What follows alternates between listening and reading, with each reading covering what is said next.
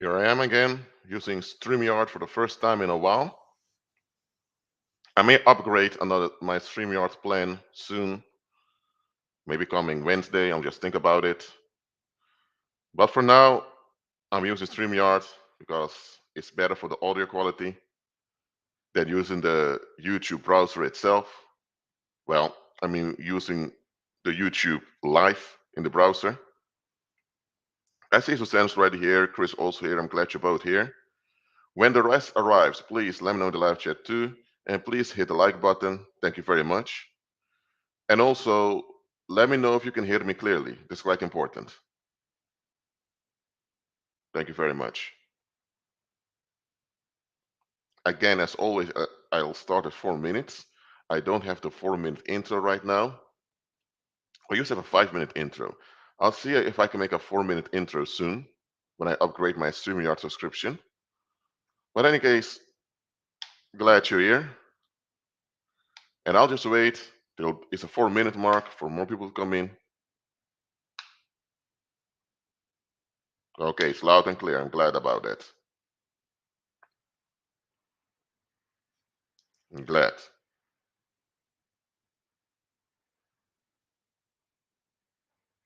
Again, within 2 minutes, I'll begin.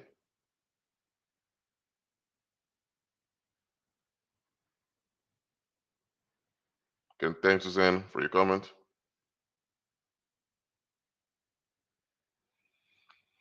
The topic of today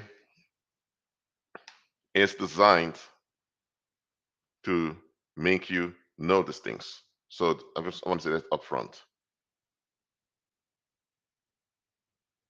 I believe I can share the screen also. I'm not sure if I can share the screen with the free plan. Let me check if I can share the screen. Um, by the way, I have two monitors right now. So let me see if this goes well.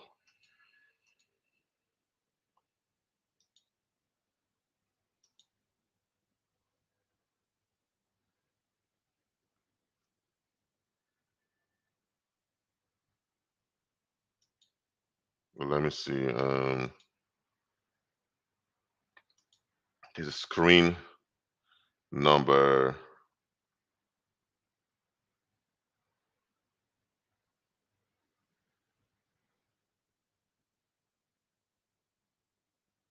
Um, Screen number 2. Let me see if this is working well. Yes, I can share screens over here also. Let me end it right now because I don't need a screen sharing for now. Okay, that's good.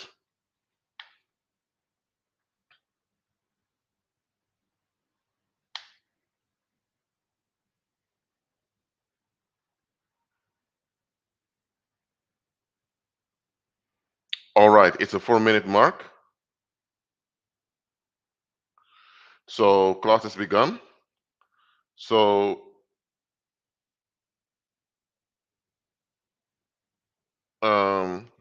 I want to talk about why the public hides dark agendas and what we should do about it as a believer. Now, what is a dark agenda? A dark agenda is any time the public, so it's not a single individual or it's not a couple, it's when a group of people they insist on something that they know full well they cannot justify. So when a group of people insist on something they cannot justify, they now will come up with some plan to get it done. But at the same time, they don't want to be held accountable for the consequences because they know that what they want cannot be accounted for. Okay, let me give an example. Let's say you have a village that has many farms around it.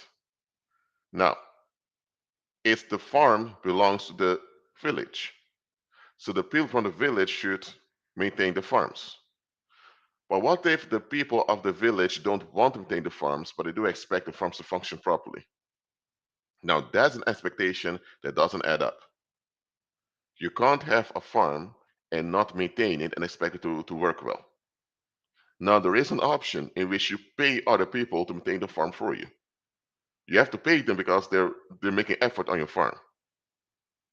But what if the village either has no money or they don't want to spend money on paying people? So what's the third option they have? Now, there is a third option, and the third option is to use free labor. Now, free labor can go in two ways. Either you have volunteers that comes once in a while to work on the farm and you give them some certificate or some food in return, or you can do it in the form of slavery. Now, free labor in the form of volunteers is no security because they're volunteers and volunteers can leave anytime. So if the people from that village they want the farm to be maintained but don't want to have any costs, then the best way is to have slavery because they want the farms to be maintained, but they don't want to make any effort for it and not willing to spend a lot of money either. So in this case, the people from that village they have a dark agenda. They want to take advantage of other people and get away with it. Now, there is no human being on the earth that will fully agree openly and bluntly to be taken advantage of like that. Nobody. No matter how much of a codependent someone is, nobody rationally and consciously is going to agree to exploit it like that. Absolutely not. So, in this case, the people from the village, they want slavery. Especially, they want little, they want children and young teens to be enslaved because they are the most physically fit, in their opinion. Now, let's say the people from that village they want to have they want to enslave children and early teens. Well, where do those children and young teens come from? Those are other people's children. Why don't they enslave their own children? They don't want to do that because that's too shock confronting for them. So they want to enslave the children of someone else. So this is what the people in the village do. They pay some money to some human trafficker, and the human trafficker with this gang kidnaps children and people in the early teens and bring them to those farms. And there they're slapped and they have to work. And now the people from that village, the farms are maintained. And when the farms are maintained, every time there's a harvest, the children were enslaved, also harvest the crops for them, and now they sell the crops and earn good money. And the children only get food and water and a little cabin to sleep in. Now, when the authorities find out, they are in big trouble. So, the people in the village have a loophole. One of them established a foundation, and the foundation is there to teach children about agriculture. And they have a recruiter, so called, that brings the children. So on paper, it seems like the recruiter is the one that recruited the children. So if the children are exploited, it's the recruiter's fault. So then the village hides behind the foundation. Now, the example I just gave on to you is how far locals tend to go to get what they want, even if they know that what they want does not add up. Would they be okay with their own children being enslaved by others like that? No, they wouldn't. But they want to do it to someone else that they have to ease. So now they need to justify why their own relief is more relevant and more important than the well-being of everyone else. And there is no way they can justify the idea that their local comfort is more important than the health and well-being of everyone else on the earth. They cannot get away with that. So I'm just pointing out that when a group of people insist on an outcome that they cannot justify, most of the time they will not decide, you know what, let's give this up. This doesn't work. They will persist in getting what they want, but they also don't want the consequence of what they want. They'll either make excuses why they so-called have no choice but do what they do, Or if they can't have excuse, they will admit that they were selfish, but they will say, well, at least I wasn't that selfish, at least at some morals, at least at some limits. So the public, by default, has dark agendas. That's what you need to realize. The public has dark agendas. Now, it may not be that they want to enslave little children and teenagers to maintain their farms, because some people don't even have a farm. But it can be simply that someone wants to go through life without facing any challenge whatsoever, without facing any difficulty. I'm sorry to tell you, but going through life without any difficulty and without any challenge is impossible. It does not exist. Yet there are a lot of people out there who want this. They want an existence that's predictable without any disruption ever. That's why they love to have a shadow. That's why worldlings love to be busy. Haven't you noticed this? That worldlings, by default, love to be busy. They love to be drained with work and with tasks. Worldlings have this deep desire to be enslaved. It may sound weird what I'm saying now, but just hear me out. All that freedom fighting you see out there in the world is just a smokescreen. The truth of the matter is, worldlings want a predictable existence without any disruption. That's what they want. They don't want any consciousness of what happens around them. They don't. They don't want it. Okay, for some of you who raise children already, you know what I'm talking about. When the baby is born, the baby can't do anything. At some point, the baby tries to walk and the baby keeps falling and falling. Did you ever tell your baby, well, maybe walk is not for you. Maybe you have to just find a way to crawl your whole life? No, you didn't do it. You kept encouraging your baby to keep standing up again and try in a different way. And what do you know? Your baby began to walk, and now your son or daughter is a grown man or grown woman walking all the time, as they should, as a grown human being. So the challenge of finding your physical balance as a baby is a challenge we all went through, and because of that, we're all walking around on our legs right now. You get me? And that challenge has nothing to do with the fall of man, nor with sin, nor anything like that. It's just naturally built in our design that as babies, we have to go through the challenge of finding our physical balance. Simple as that. You're not meant to be babied and spoon fed and diapers cleaned your whole life. No, you're meant to eventually walk on both your legs, stand on both your feet. So, as a little baby, eventually your parents have to tolerate you falling and crying. Because if your parents don't tolerate you to fall and cry, I'm sorry, but then you won't walk. And when you're 3 or 4 years old, you're expected to be able to walk.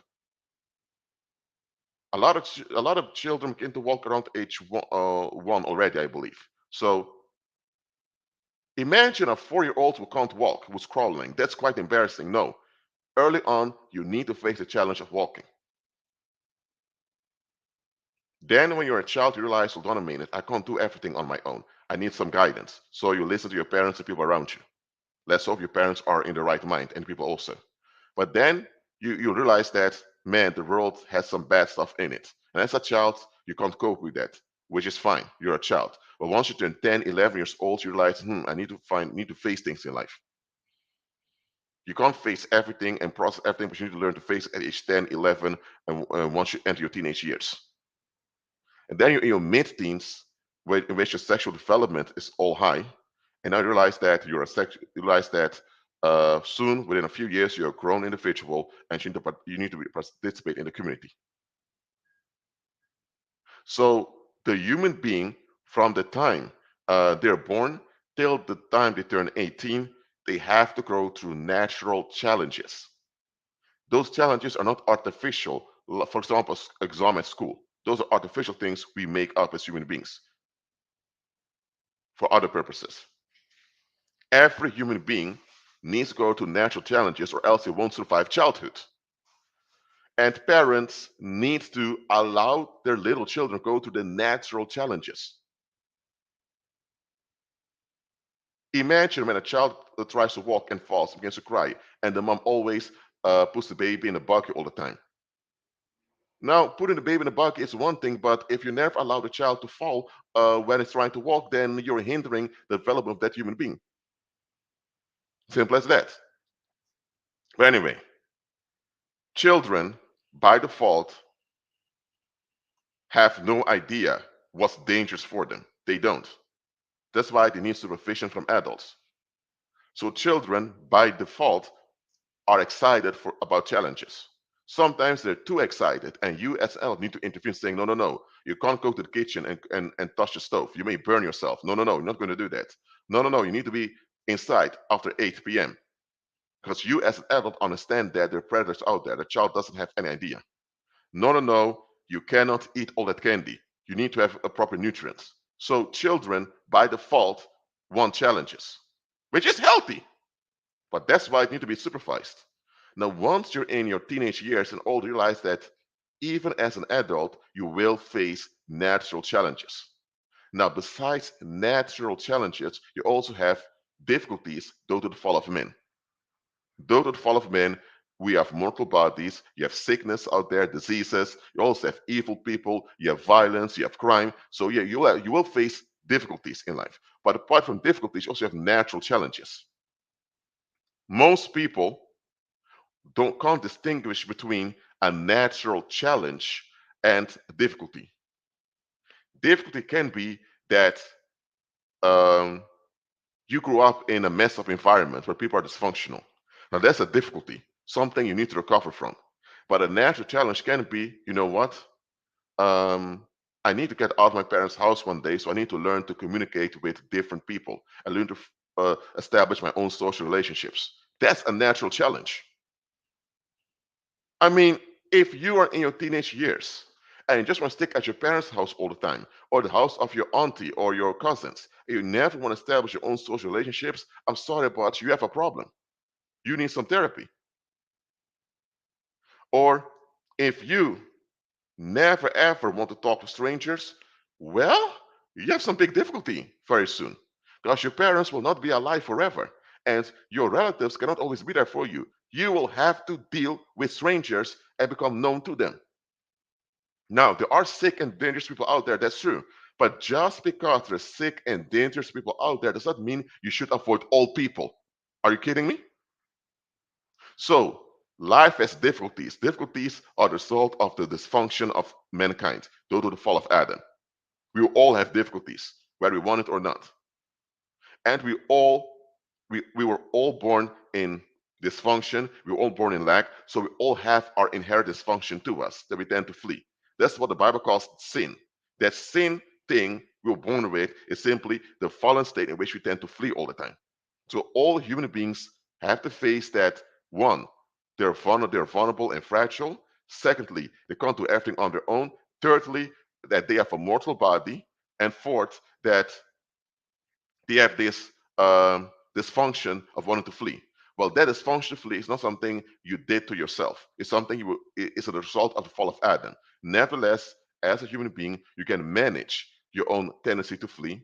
And at some point, you need to realize, I need to stop fleeing.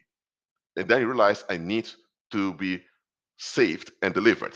And then you realize that Jesus is the Savior and Deliverer. All right?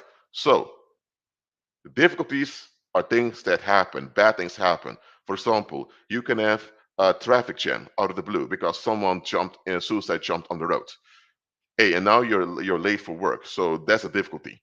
Or it can also be that there was a mass shooting. You know, a lot of people in the country are afraid, and all the stress of being afraid is causing conflict in the community. That's a difficulty.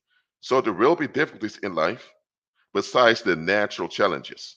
Now, you can minimize your involvement with difficulty as you should, but you cannot avoid natural challenges. You cannot. It's impossible to be alive and avoid natural challenges. Even as a baby, you face natural challenges. So worldly people are often called are often called childish.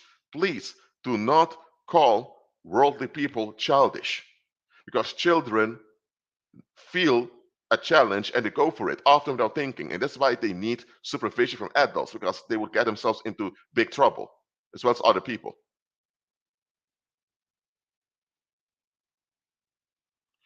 However, as an adult, you are a matured version of a child. This is what you are. An adult is a matured version of a child.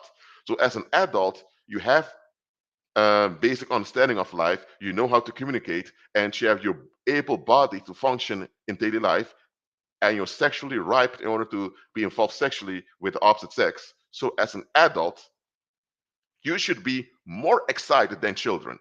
Children are excited for life, sometimes too excited, for the age they are. That's why they need supervision. As an adult, you still need supervision because you can't do everything on your own. You cannot do everything on your own as an adult. So even as adults, you need supervision, but supervision should be less and more practical. So as an adult, you should embrace every challenge in life. I'm not saying embrace every difficulty. If you can avoid difficulty or bypass difficulty, you do it. Sometimes difficulties are inevitable, and that's also something you need to accept. But apart from difficulties, challenges are natural. Challenges are part of your human design. You should embrace them as an adult fully. Sometimes children begin to cry because they need to face a challenge. Well, as an adult, you need to realize, you know what, challenges are part of life, and sometimes difficulties come along with it. Hey, I can avoid difficulties, but I can't avoid challenges. The strange thing about worldly people is that they avoid life challenges, and because of that, they generate many difficulties for themselves. Let me repeat it one more time. The big error, and the one thing about worldlings that's so disturbing, is that they refuse life's challenges, which is quite weird, that goes against their human design. It goes against your human design, and it goes against your own mental health to avoid life challenges. So worldlings avoid life's challenges, which they cannot avoid. So they're on a mission that they cannot succeed in. They're in a fight they cannot win. And because they are in a fight they cannot win, they always end up with additional stress. Now, stress should only happen to you when you're working out physically, or when you are in physical danger and you need to get out of a situation. Any other time when you are under stress, it harms your body. If you have too much stress in your body, all that cortisol flowing through your blood, it can cause harm to your organs. It will lower your immune system. So stress is a survival response that should only be triggered when you're working out. Then you're triggered by yourself, or when you suddenly are in physical danger and you need to get out. Any other type of stress is harmful to you. Now look at this. Worldlings stress themselves out by refusing to accept the reality that they are vulnerable and fragile creatures. And as a vulnerable and fragile creature with a mortal body, that's a challenge you need to deal with on a daily basis. But this vulnerability and fragility of ours is something that worldlings do not want to accept. They hate it. And by doing that, eventually they are disgusted with themselves. Worldlings have a low view of themselves because they don't want to accept and embrace their fragility and vulnerability. How are you going to successfully live life on the earth if you're not willing to accept the natural challenges that come with being a fragile and vulnerable creature? You cannot. So worldlings are running away from life. They don't want life. Worldlings do not want life. Well, let me repeat that because for some of you, this is something that needs to get through to you. Worldlings do not want life. They don't. Life implies being vulnerable. It means being flexible. It means being practical. It means submitting to other people. It means apologizing when you were wrong. It means realizing that you need to learn from others. Real life requires humility and flexibility. Those are the characteristics of Christ himself. Now, if you refuse, if you refuse to accept the inevitability of challenges, then you are sabotaging your own mental health and with that, your own physical health. And by doing that, you're also endangering those around you. By you remaining inconsistent like this, you're not only harming yourself, also other people. So worldlings harm themselves in the long run. Again, sin is this fleeing tendency that we are born with. It's a defect we have. But just because you have this effect does not mean you can't help yourself. You can realize, man, why do I keep fleeing? And you can decide, I don't want to, I want better.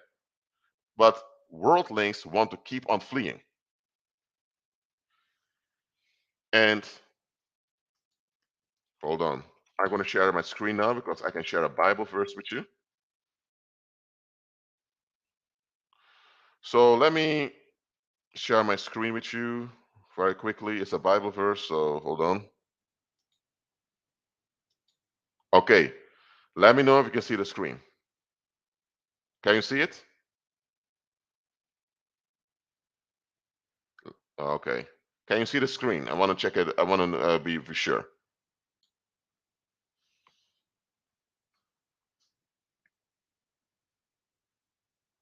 All right. All right. So it's written in Proverbs chapter 8, verse 35 and 36. For whoso findeth me findeth life, and shall obtain favor of the Lord. Verse 36. But he that sinneth against me wrongeth his own soul. All that hate me love death.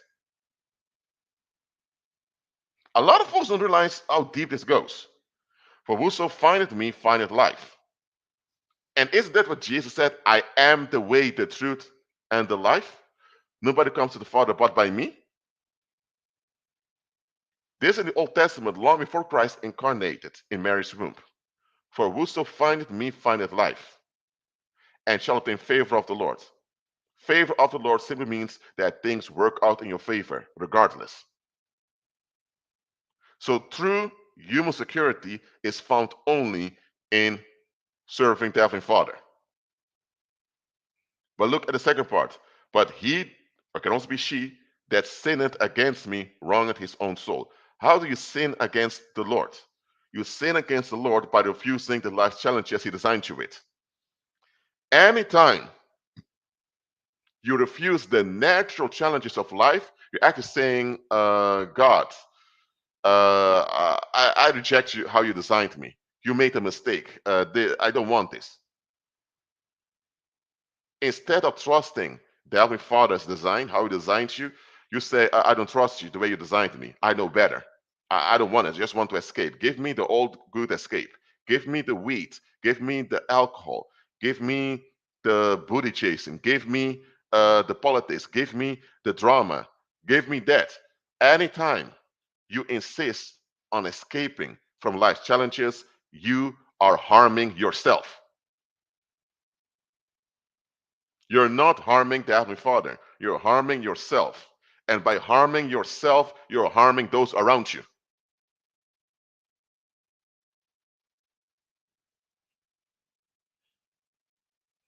Sin is when you want to escape life's challenges.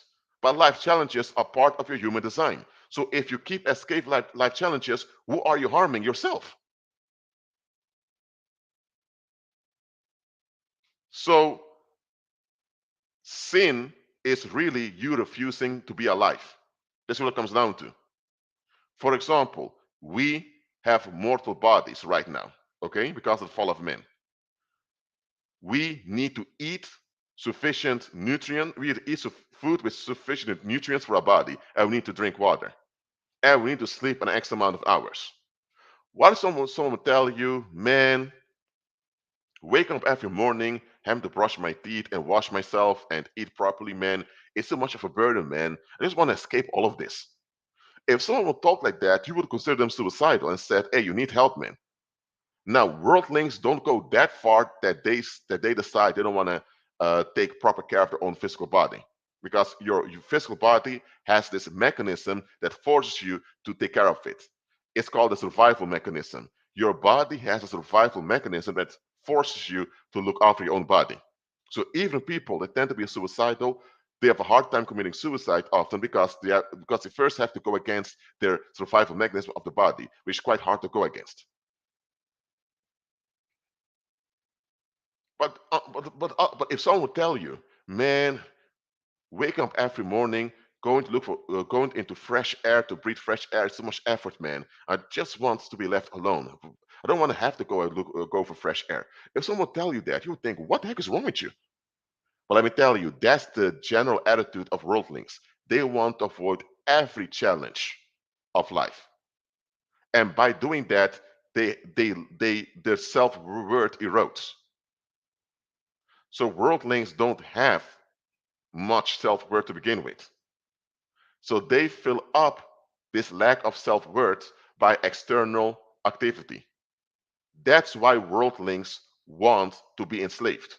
Because when they are enslaved, then that means they're forced to move a certain way, and that means they can just surrender to the pressure.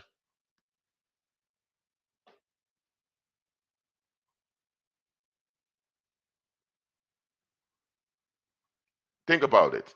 If someone points a gun at you and makes you do things without the gun can go off and you're dead. So your survival instinct kicks in, you get a lot of stress to your body, and you're moving.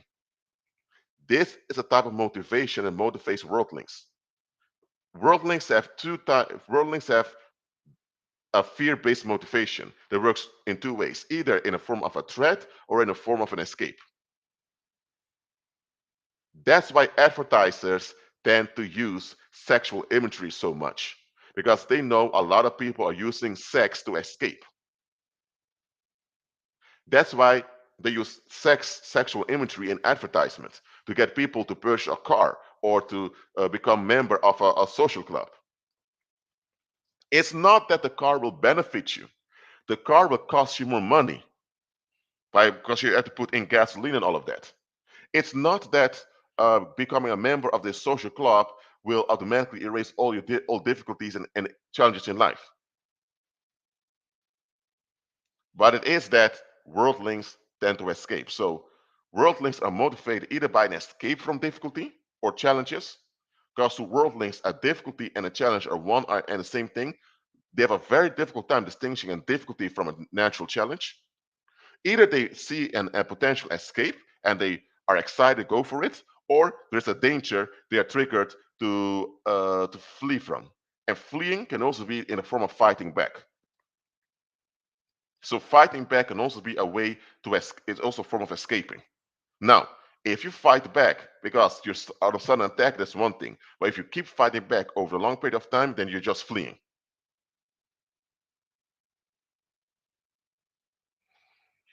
Now, it says here, all they that hate me love death. Now, hatred here simply means you don't want to be involved with someone. You want to avoid someone as much as possible. So worldlings have this inherent aversion towards the Heavenly Father. They may not be bigots against the Heavenly Father, that they want the Heavenly Father dead or anything like that, but they all have this aversion, this how to say, this discomfort when it comes to the Heavenly Father. They all want to avoid the Heavenly Father as much as possible. Why? Because the Heavenly Father is all about life and abundance.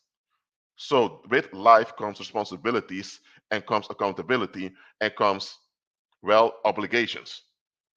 And worldlings want to avoid all of those.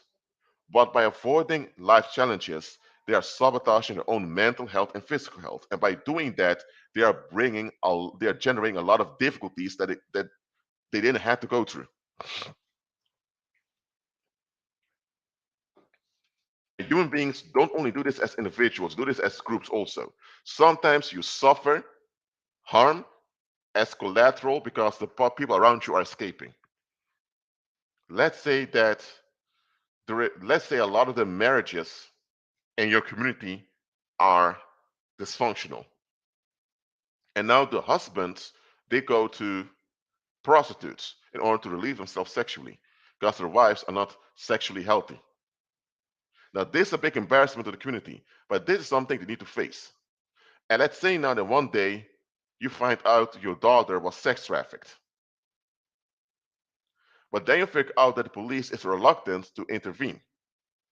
And you think, whatever goes on there, why is the police reluctant to arrest those pimps?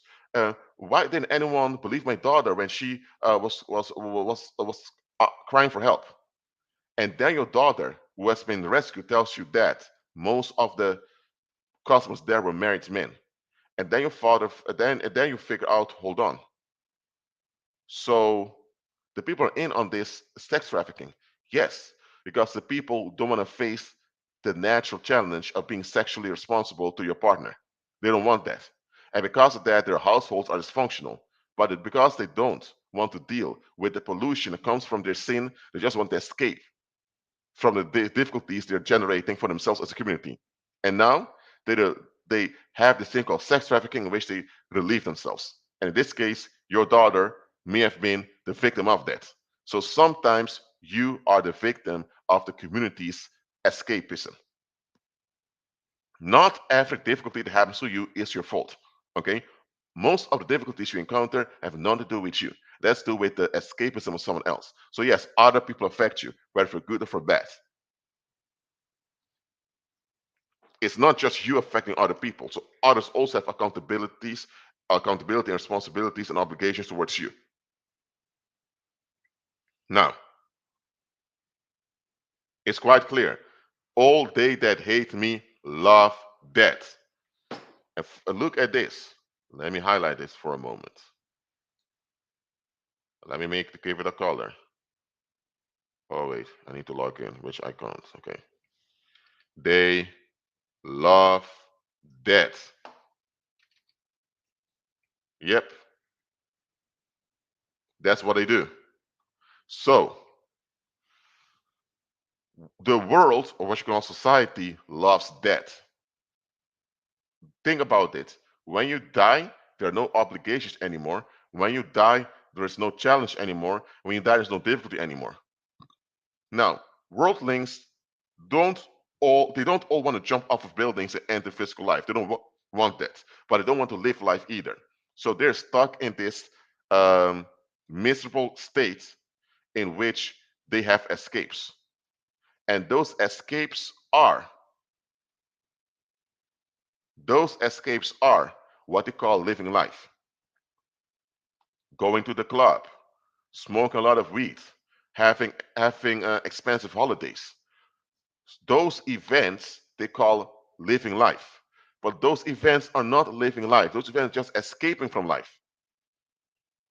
Haven't you noticed that people from the United States may decide, hey, I'm going on a holiday to, let's say, if someone from New York and they go on a holiday to the Bahamas. When they're in the Bahamas, they go to a tourist resort where you have all this luxury to pamper them. Why don't they pick up an airplane? Why don't they go on an airplane to Bahamas and just travel throughout the country, just like that? If they would do that, they would see the difficulties and dysfunction of the Bahamas. And the thing is, they don't even want to face the dysfunction of their own community back home. So they especially don't want to face the dysfunction of another community that they're not part of. So they want to go to the Bahamas just to escape their own lies they're holding on to. Or it can be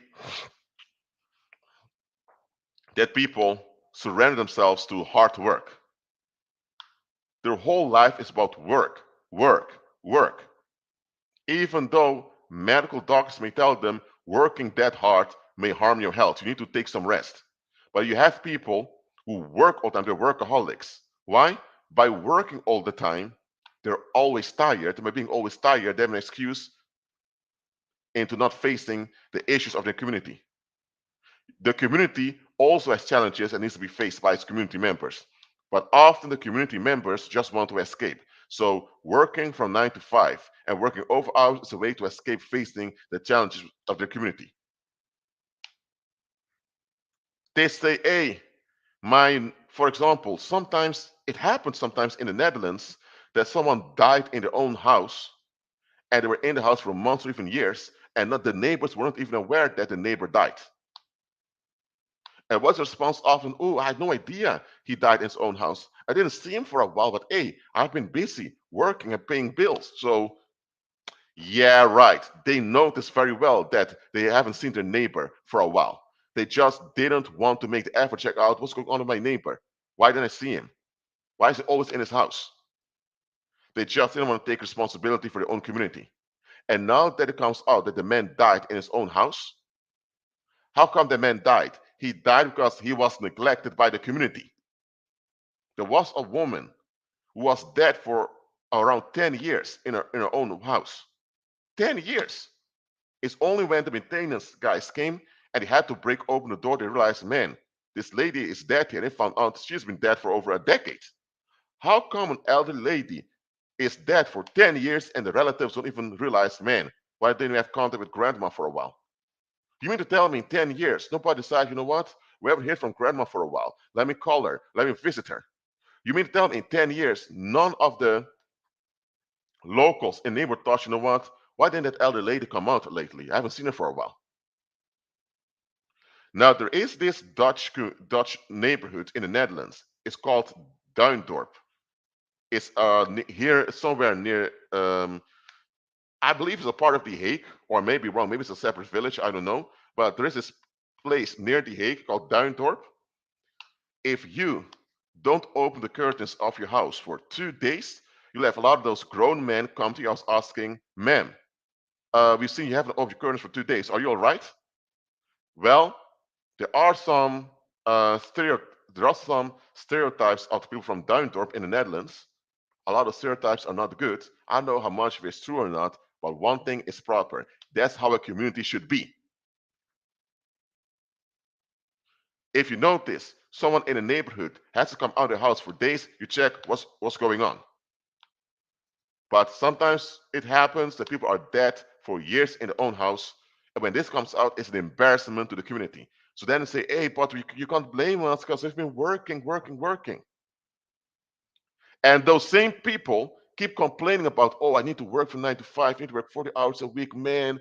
Life is hard, life is short. So they keep complaining, but offer any solution on how they can work part-time or how they can reshape their life so they can have more free time, and they will come up with excuses, or they will just tell you, I never asked for your opinion nor for your advice. They will just attack you. Why? Because they don't want a solution, they want an escape. And working from 9 to 5, overworking, no matter how harmful it is to them in the long run, they prefer that than to simply face the challenges of their community. As simple as that. As simple as that. So, dark agendas, again, are as a dark agenda is when a group of people insist on an outcome they know they cannot defend. So they'll always look for some excuse to push through what they want. So what do we do about this as believers? As believers, we recognize immediately what goes on. We recognize immediately that the public just wants to escape without being held accountable. We admit that. We admit that the public just wants to escape. So, for example, if you hear people complain about refugees, let me use the example of the Netherlands for a moment. Back in 2014 and 2015, we had so many Syrian refugees, and those refugees from Northern Africa, as coming into Europe, including the Netherlands. There was a revival of the right-wing movement saying, hey, we need to keep our countries to ourselves. Hey, the Netherlands is full. We can't invite the whole world over here. The word the word people even saying the word people saying we don't want those asylum seekers in our neighborhoods. There were some of those asylum centers that were either burned down or attacked by locals. It happened in the Netherlands. One time there were asylum seekers arriving, I believe they were from Syria, and some locals threw fireworks at them, attacking them. It was a shocking thing, even for the politician in the Netherlands. So they were so fierce as we don't want all those refugees and foreigners. We have our own issues over here. But go back, fast forward to 2022, when Russia began to invade Ukraine. And suddenly it's all, oh, we need to do our Christian duty. Christian duty. I thought many of you in the Netherlands didn't believe in God, didn't believe in the Heavenly Father. I thought many of you said you're agnostic or you guys are secular or whatever. Suddenly, oh, we have a Christian duty as a culture to help our fellow human beings in danger. We need to help those poor people, those Ukrainians who need help.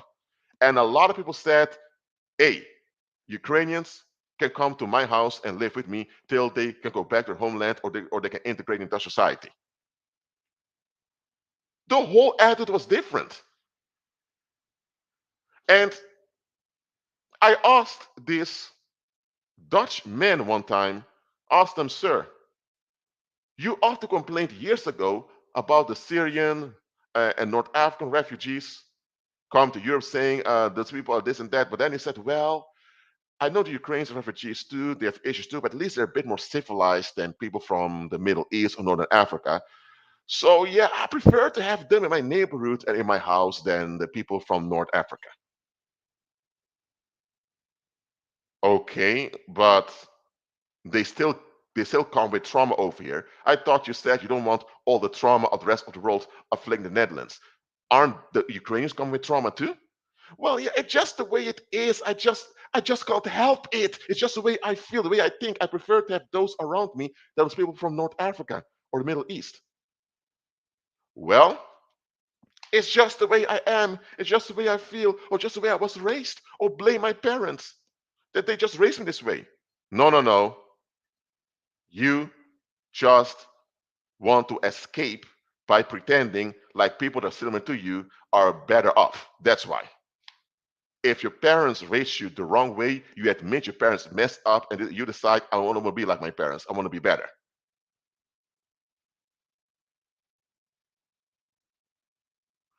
It's me. I was talking about the Ukrainians having trauma too, not the Africans. So what it comes down to is in 2014, 2015, there was a big backlash. No, no refugees, no migrants. We need to think about ourselves. But right now, hey, let them all come in. And by the way, there's nothing wrong with giving aid to Ukrainians in need. Absolutely not. And in this video, I'm not bashing the Ukrainians in any shape or form. Absolutely not. I'm just pointing out is that the attitude people have towards Ukrainians now, where was that attitude in 2014, 2015? Weren't the people in Syria bombed too? Weren't the people in North Africa harmed too? Weren't the people in Iraq bombed by the Western world? Ah, and suddenly in Dutch newspapers, there were so many excuses as why folks preferred Ukrainians over other refugees. They tried to justify it with excuses. Well, a lot of people who received Ukrainian refugees have regret now because they realize, man, it's harder than we think. I mean, their homeland is in trouble. A lot of them are traumatized what happened in their homelands. They had to get out of their own homes. Of course, when you receive them in your own house, it's going to be difficult. What did you expect? Or did you think that only Africans or people in the Middle East have difficulty when you receive them? Come on now. In any case, what you see here playing out is a dark agenda to keep non-white, non-European migrants and refugees out as much as possible. Why? Because if everyone looks the same, then you won't notice any differences. And here's the thing, xenophobia and racism are come down to the one and the same thing. You want to avoid human differences because human differences reveal unto you that you need to reflect on yourself.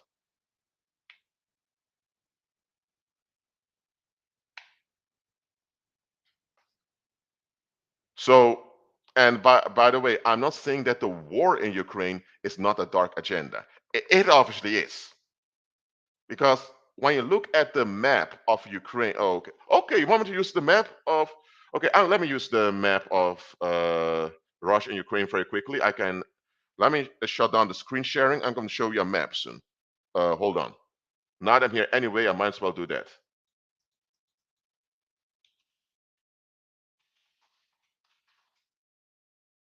Hold on. It's opening right now.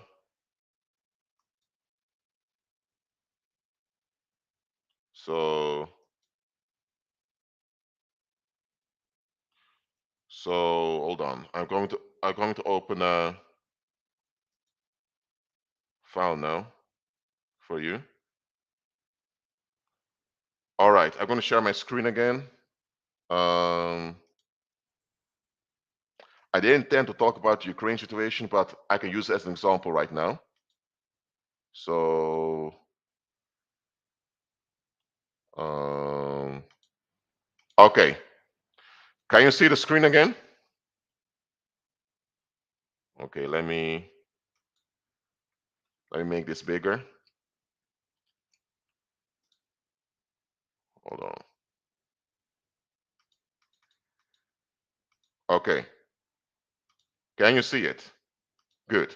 What you see here is an ethnic map of Ukraine. All right. The red parts is where you have a lot of ethnic Russians living. The orange parts where you have mainly Ukrainians living, people of Ukrainian ethnicity. There are Ukrainians everywhere because it's Ukraine, but you have a big population of native Russians living in the east, as you can see. And let's look at the Russian invasion of Ukraine. Because I want you to see this. Because I don't do conspiracy theories on this channel. I look into facts. So let me go into the Wikipedia article, because to keep updating this. So let me just go right into it. All right, I don't know why the internet goes so slowly, but okay. So let's look at this map over here. Hold on. Hold on. You can all see the map, right? Okay. Let's go more to below. I don't know if there's any other map visible, so that's why I'm checking very quickly. So this is how it began. This is a real life map how the action went. Let me see if I can open it in another here. What do you notice about this?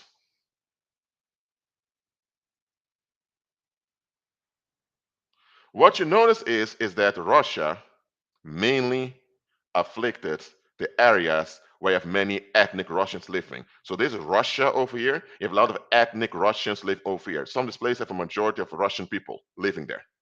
Okay?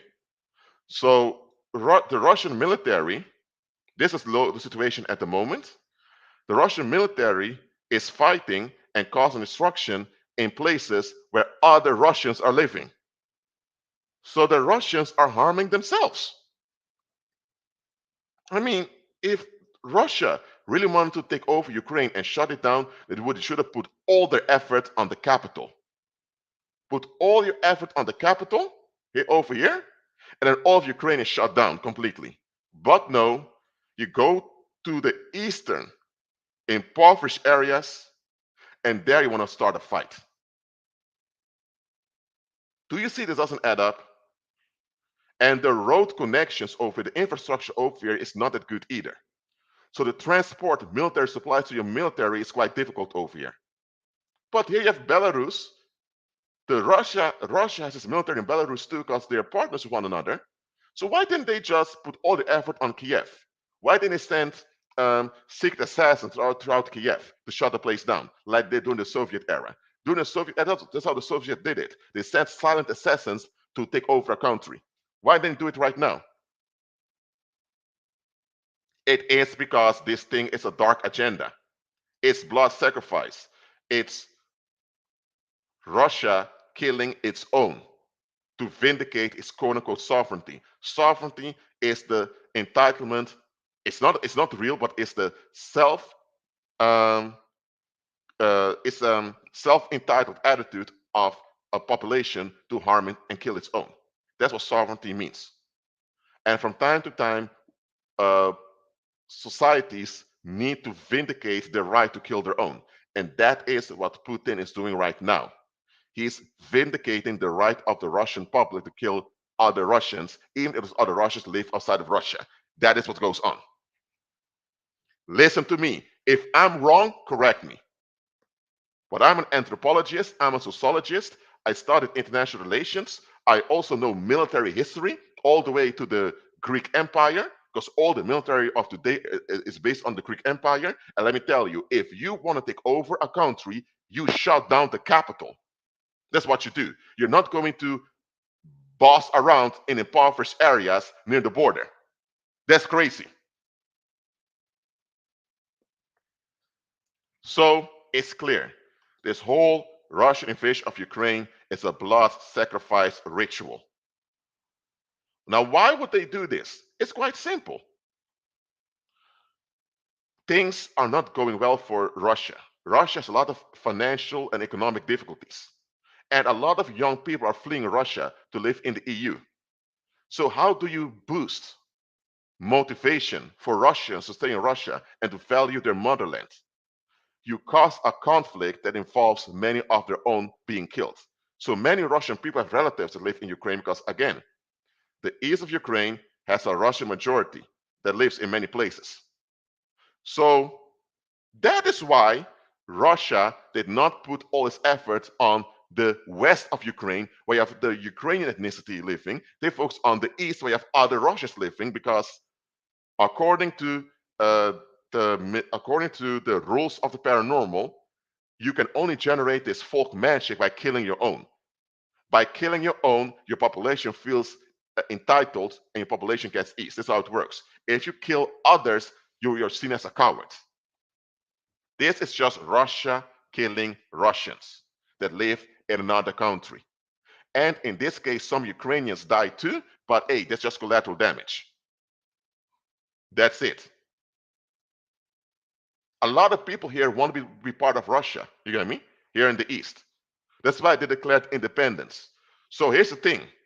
If you want to belong to the great Russia, then you have to kill, then you have to do blood sacrifice too. And this is what you need to understand. Nationalism is the mythology that justifies a public killing its own. You get me? So you want to be part of Russia? Then Russia is known to kill a lot of their own military. When you look at the history of Russia, going all the way to the Russian Empire, Russia was known to have many military losses. That's what Russia is known for. So Russia, throughout its history, often killed off its own young men to prove their quote unquote sovereignty. Well, the same Russia is doing today. And it's quite clear.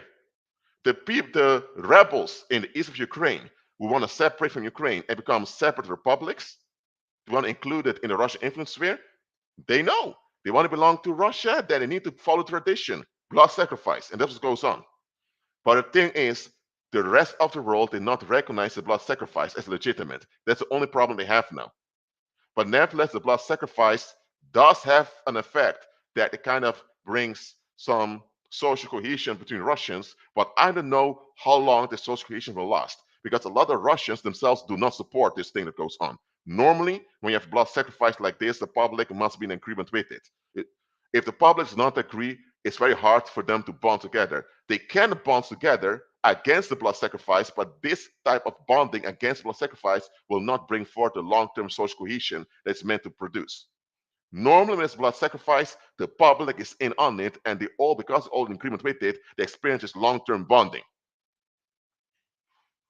Oh, and don't be mistaken. Well, let me go to Google Maps. Okay, let me type in Mariupol.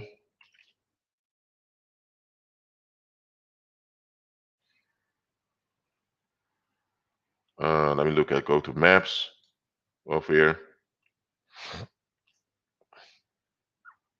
There's Mariupol. Mariupol. Okay. Let me zoom out. In the Donbas region is an important city for export and trade. And I want you to think with me for a moment. Please think with me for a moment. Oh, you don't see it very well on this map, but okay, let me zoom out a little bit more. Um, okay, you see it better over here. Okay, let me zoom out. Here, this is Russia, right over here, the Russian Federation. Okay, this is Ukraine. You see it over here? And this is the east of Ukraine, where the so-called civil wars go, where the civil wars are going on. Mariupol is the main port for trade. All these other regions here are cut off from the rest of the country. They're all a bit isolated. Now Russia has Rostov over here for exports. Russia also has this place Sochi and Novorossiysk. Oh man, I can't pronounce Russian names. They have those other places for exports. Those people in the east of Ukraine only have Mariupol. If Russia, so-called, wants to stand up for the Russian people in the east of Ukraine, why did Russia spend so much military effort on Mariupol, destroying the city? Why are destroying the most important city for the people in the east of Ukraine? If the east of Ukraine here wants to be independent from Ukraine, then they need Mariupol as the export zone for their economy. But what does Russia do? Russia destroys Mariupol.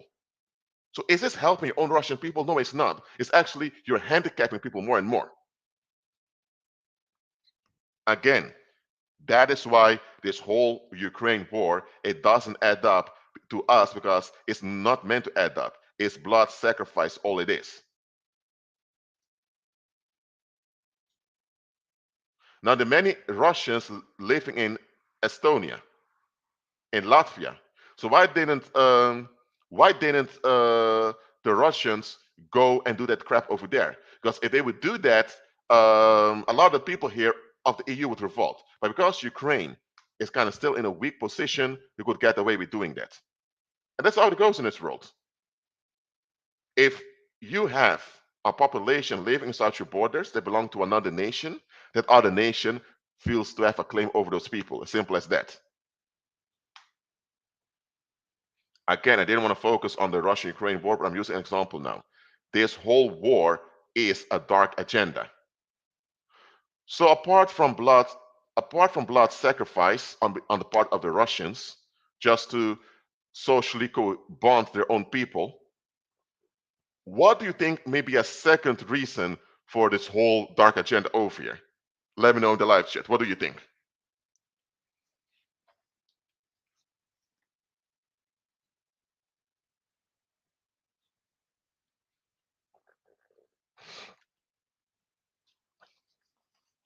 What do you think the second reason is for this dark agenda?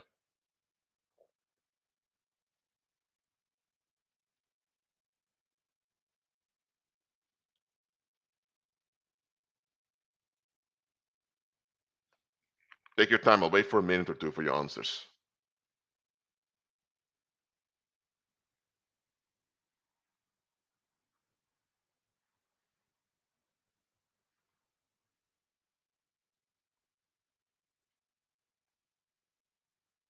One says to reclaim Ukraine.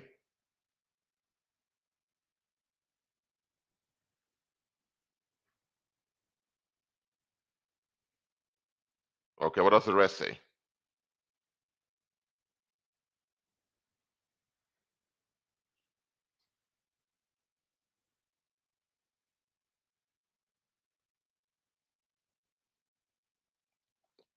Well, Maria, they don't have power, they don't have a leverage.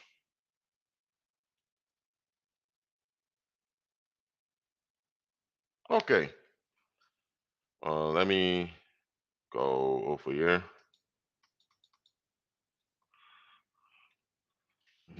Hold on.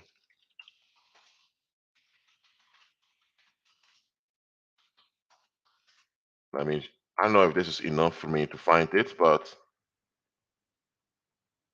so yeah, you may have heard of this, that Africans were not allowed to leave Ukraine when they were fleeing, when the war began and they had to flee. All right. Now, there are many articles that have written about it, but think about this. You have those Africans moving to Ukraine to study. They were not there to cause trouble, whatever. Now, some likely were because they also have bad apples amongst the population, but they were prospering there in Ukraine. And look at the bigger picture. Since George Floyd happened, whether you believe it was a real incident or not, since George Floyd happened, a lot of the symbolic leverage of white supremacy declined. And now there's more view in the media of blacks prospering worldwide. And blacks also prospering in the east of Europe, namely Ukraine. Many of them. What would happen if blacks would have prospered more and more in Ukraine, also on a financial level? That would have destroyed the whole mythology of white supremacy. So maybe, I hope I'm wrong, this whole Ukraine war also has a side agenda to stop black excellence in the east of Europe, to maintain the fairy tale that the African is worse off and that they need to be policed by the European.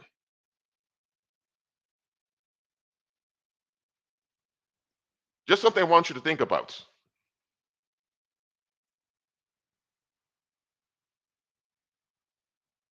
So people say, well, shit, what does that do with it? Look at the bigger picture. If the crisis of 2020, you know which crisis I'm talking about, it kind of stressed out a lot of people worldwide. It broke down many economies, and you still had those Africans prospering in the east of Europe, and they had the backup from their homelands. So I dare to say that there is a racial motive to maintain white supremacy in the east of Europe. That is what I see behind this whole war, behind this whole situation.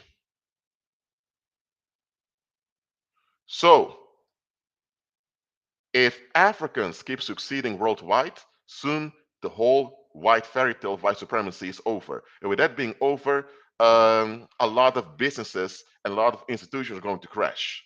So, for those institutions, businesses to keep the grip on the population, they must insist on this white fairy tale. And for this fairy tale to work, they need to look down on the Africans. So we can't have Africans prospering in Europe. You can't have that. You can't have it in a large scale. So if it happens, well, you know what? Just start a conflict to hinder the Africans. Yes, we may have to kill many of our own people too, just to hinder the Africans, but please do it because our system depends on the Negroes being down. That is what goes on. That is what goes on. Simple as that. I just wanted to point this out to you. Look at the bigger picture that goes on. Because this whole war is not benefiting Russia, nor Ukraine, nor the EU, nor the United States. It doesn't benefit anyone at all.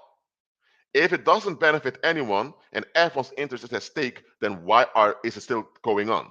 Because there's another interest they're securing. And that other interest has nothing to do with the Russians nor Ukrainians, nor with reclaiming any territory. It has to do with the symbolic power of white supremacy that they rely on.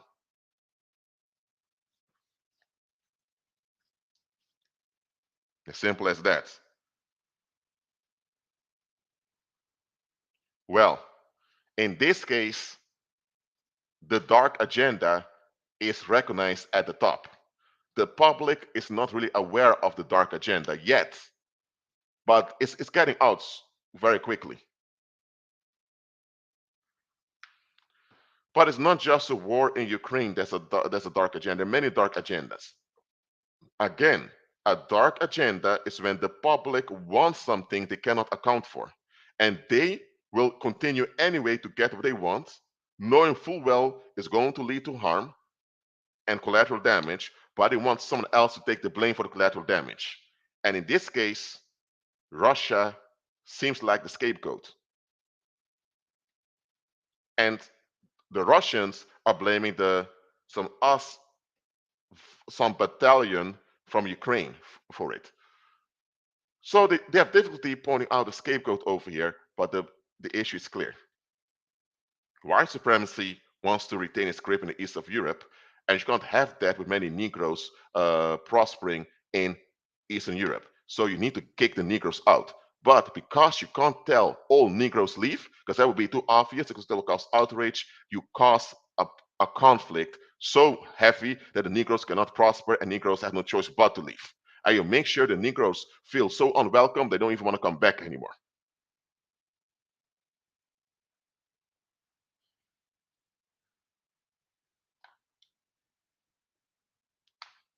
Because I've looked into those breakaway regions, they don't even have a vision for the future. They don't. How come Russia wants to recognize those two independent republics, but then Russia wants them to have a Russian nationality? What? If a country becomes independent, they should get their own nationality, not nationality of someone that supports them. That's why I'm telling you. Don't just look at the incidents, look at the whole situation. And I just explained to you what the situation is. If I'm wrong, please correct me. I hope I'm wrong. But unfortunately, I think I'm right this time. So again, what do we do as believers? We recognize the dark agenda and we simply do not comply with it. That doesn't mean that we now have to fight the dark agenda. No, it's just going to backfire. We recognize the dark agenda, but we also recognize what it's really about. And once you realize what it's really about, you can easily just walk away and shake the dust off your feet. And that's what we need to do. That is what we need to do. As simple as that. So, okay, forget about Ukraine war and all of that now. Dark agendas also exist locally around you. So don't just look at on the world scale. Look at locally around you. There are dark agendas around you too. A dark agenda originates with escapism of the public. So if you notice that everyone keeps complaining about something, check what they're not complaining about.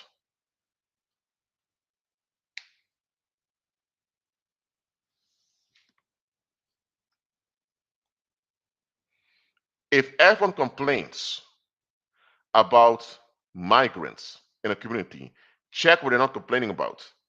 It can be that in the same community, there's a lot of sex trafficking of children happening, a lot of child molestation. How come they're not complaining about the child molestation happens amongst them? It is because it happens amongst them. Why do they allow it to happen? Well, no, because they don't want to face the child molestation happens in their own community. They prefer to be upset with the migrants. So they all complain about the migrants and take action against keeping migrants out. And say the migrants are the ones polluting their community, even though you have child molesters running around uh, hunting on children in the community. Or maybe the economy is backwards. Maybe the economy has collapsed somewhere. But now everyone is upset with the homeless people. Why? Because the people are afraid of becoming homeless themselves because of the failing economy. So because we want to face this risk of, that they may become homeless too, to take out this fright on the homeless people.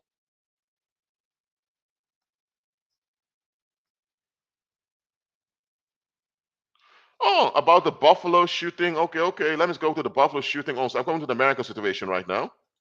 And before I close down the live stream, okay, Buffalo shooting.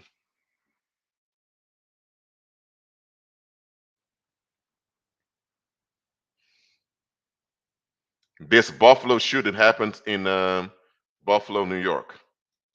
All right. Just okay. Let me get it straight very quickly. This white supremacist, he announced that he was about to do this a long time ahead. He even wrote a whole manifesto, but the federal authorities nor the police were willing to arrest him, no, on suspicion that he may be mentally ill, may be a harm to others. Are you kidding me? There are even reports saying that this guy even visited the supermarket before and a security guard kicked him out because he was suspicious. Why wasn't authorities informed about it?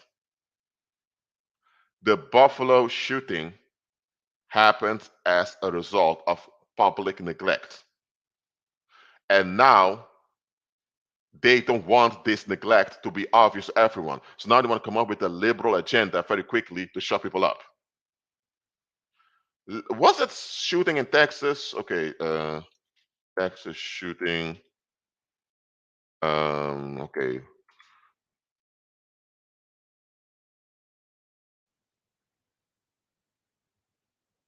Okay. This shooting at this elementary school by this alleged gunman over here. I found out that uh, that Facebook shut down his Facebook page, his Facebook profile, because people found out that he was wearing dresses and all of that. So hold on. This guy also announced what he wanted to do, and later found out that the police had 3 hours to intervene, but police didn't do anything. You mean to tell me there's a gunman who shot outside of our elementary school, then he went inside, and you as police officer wait 3 hours before you intervene? What do you think is going to happen in those 3 hours? You think he's going there for a cup of tea? Or to play around with the children? Well, they did play around and taking their lives. And what do you know? The conservatives want more guns in the United States after this. More guns. Oh, we want more guns. Do not take away our Second Amendment from us. We need to protect our property against the government. Oh, okay. So your obsession with property and fighting your own white government is causing a lot of your own children to die. So they don't want to face the fact there is a defect in their cultural attitudes. But anyway, they arrive when the action is finished. All those rifles, all those guns, all those tasers. But they couldn't enter in. They waited for 3 hours.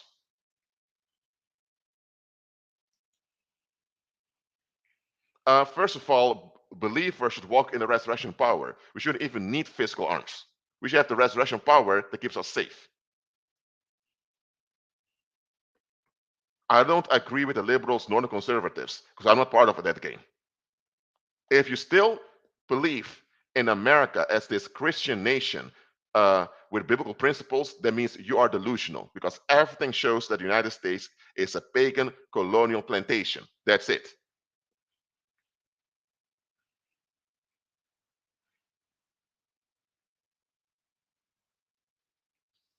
So,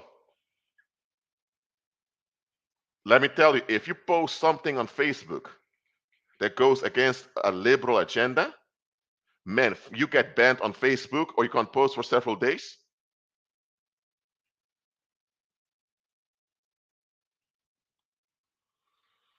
But for some reason, people can announce they're about to shoot up a place and nobody does anything. About the situation of Australia, the believers in Australia should be walking in the resurrection power. If they would walk in the resurrection power, the situation would have gone so far in Australia. Physical arms cannot guarantee your safety. They can only deter violence for a little while, but it will always bounce back onto you. When the Heavenly Father redeem, save the Israelites from ancient Egypt, they had no weapons with them when they crossed the Red Sea. And by the way, Stephen Darby, watch out with his teachings because he has been too much invested in Babylon. I'm just pointing it out. Okay, but anyway, Stephen Darby did explain a lot about America, but there was also a lot of other things he fused in that were not proper. But anyway, it's not about Stephen Darby, this live stream. Just understand whether you agree with bearing arms or not is irrelevant. As a believer, you know that physical arms cannot guarantee any safety. Physical arms cannot guarantee anything but the fact there's more risk of them being used. You need the resurrection power to overrule violence on the earth.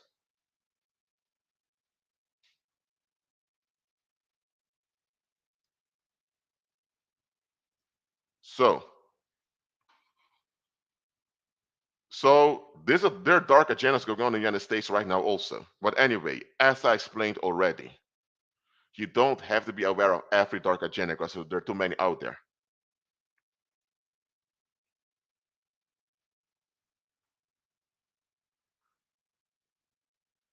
By the way, glory to Creator. I don't know if you're really walking by faith because your questions show that you're still invested in this military thing, um, military mythology.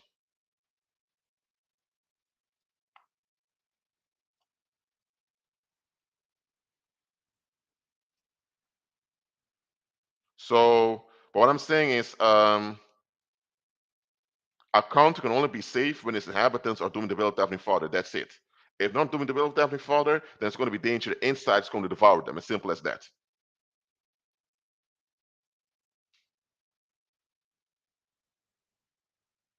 All right. So anyway, recognize the dark agenda and pretend like you don't know what goes on and just see what happens. Because again, a dark agenda comes from the public. It doesn't come from the elite. It doesn't come from the so-called powers that be. It comes from the public. The elite and the powers that be, which don't even have real power, only take advantage of the illegitimate wills of the public. So what is it that the public wants that they can't justify? Or what is it they keep holding on to that they don't want to give up? That's where you know what the root of the dark agenda is. So recognize the dark agenda, shake dust off your feet, and keep living in peace. And you can pray, decree, and declare and use the resurrection power of Christ to intervene in the situation. But understand, you will not be able to shut down every harm from about to happen, but you can have a restraining effect as a believer. Anyway, it's almost 1.5 hours. It's a bit long for this live stream. If you have any questions about this topic, please ask them now. Thank you very much.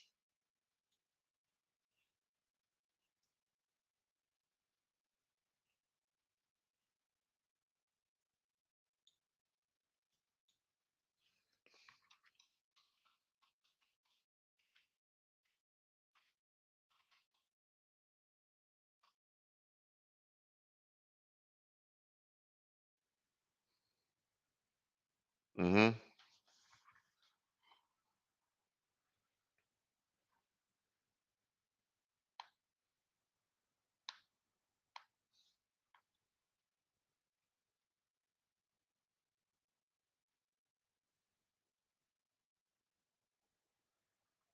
All right.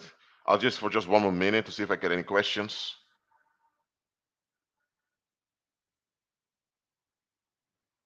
Yes, glory to Creator. It's true.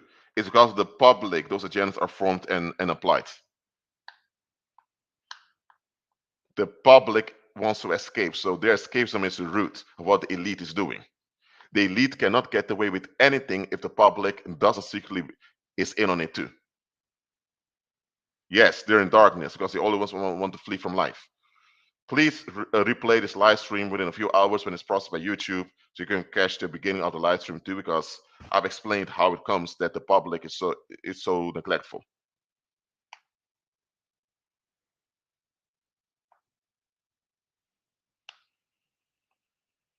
That's why I'm not fighting the elite nor the so-called distractions that be. I don't call them powers that be anymore, distractions that be. Because it's the public that fuels all the violence on the earth. The public. The public is feeding the demons, not the other way around. Well, anyway, thank you all for being here. Keep on agreeing with Christ, and I'll see you next time.